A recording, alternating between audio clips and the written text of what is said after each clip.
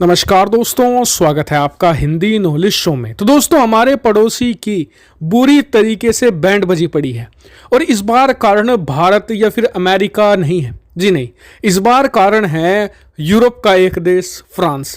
France ने पिछले एक हफ्ते से लगातार कड़े कदम उठाए पाकिस्तान के खिलाफ, लेकिन आज जो एक खबर निकलकर सामने आई है उसने पाकिस्तानियों की हालत खराब कर दी है। और फ्रांस ने वार ही ऐसी जगह किया है कि अब पाकिस्तान को हाथ फैलाने पड़ रहे हैं फ्रांस के सामने और मोहलत तक मांगनी पड़ रही है। गिड़गिड़ा रहा है फ्रांस, लेकिन फ्रांस इस समय कुछ अलग ही मूड में चल रहा है।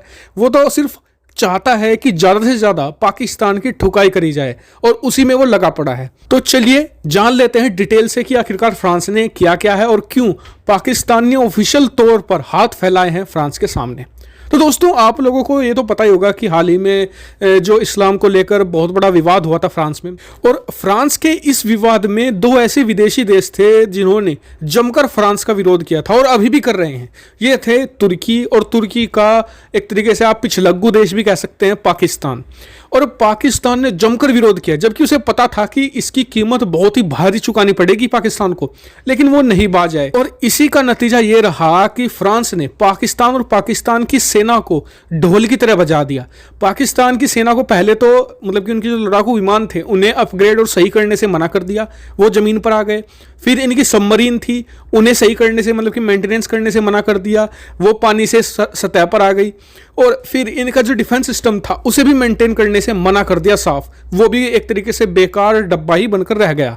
लेकिन पाकिस्तान ने कहा वो बाज आने वाले थे।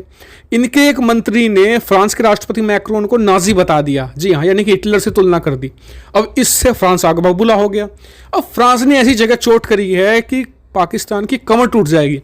दरअसल पाकिस्तान ने फ्रांस से लोन ले रखा है करीबन $300 मिलियन का, और पाकिस्तान जैसे देश के लिए $300 मिलियन बहुत ही बड़ी रकम है। वो भी ऐसे समय में जब हाल ही में सऊदी अरब ने भी अपने जो लोन्स दे रखे थे पाकिस्तान को वो वापस ले लिए थे, और पाकिस्तान की जो विदेशी मुद्रा भंडार है उसकी भी कंडीशन कुछ ठीक नहीं चल रही है, क्योंकि जो सऊदी अरब और यूएई ने प्रतिबंध लगा दिया है पाकिस्तानी कामगारों को वीज़ा देने पर, यानी कि जो उनके यहाँ पर एक दो इनकम का सोर्स था वो भी खत्म हो चुका है।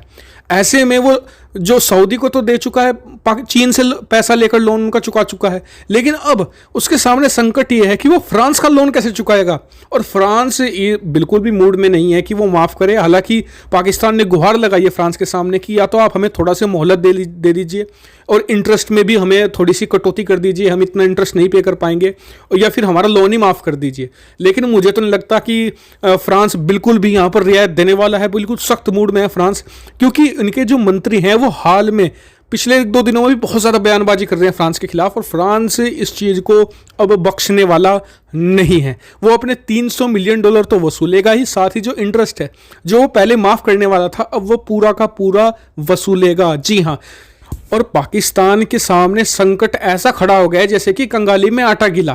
पहले उन्हें बहुत सारे लोन चुकाने हैं, चीन से जो लोन लिया है उसकी किस्तें भी देनी है। इसके अलावा जो चीन से लेकर सऊदी को लोन दिया था एक और अभी हाल ही में कुछ दिन पहले, उसकी भी किस्तें हैं। और पाकिस्तान की कंगाल अर्थव्यवस्था ऐसी है कि उसमें तो सिर्फ आप डाल ही सकते हैं, उससे आप कुछ निकाल नहीं सकते, यानी कि रेवेन्यू है ही नहीं, बिल्कुल खत्म है।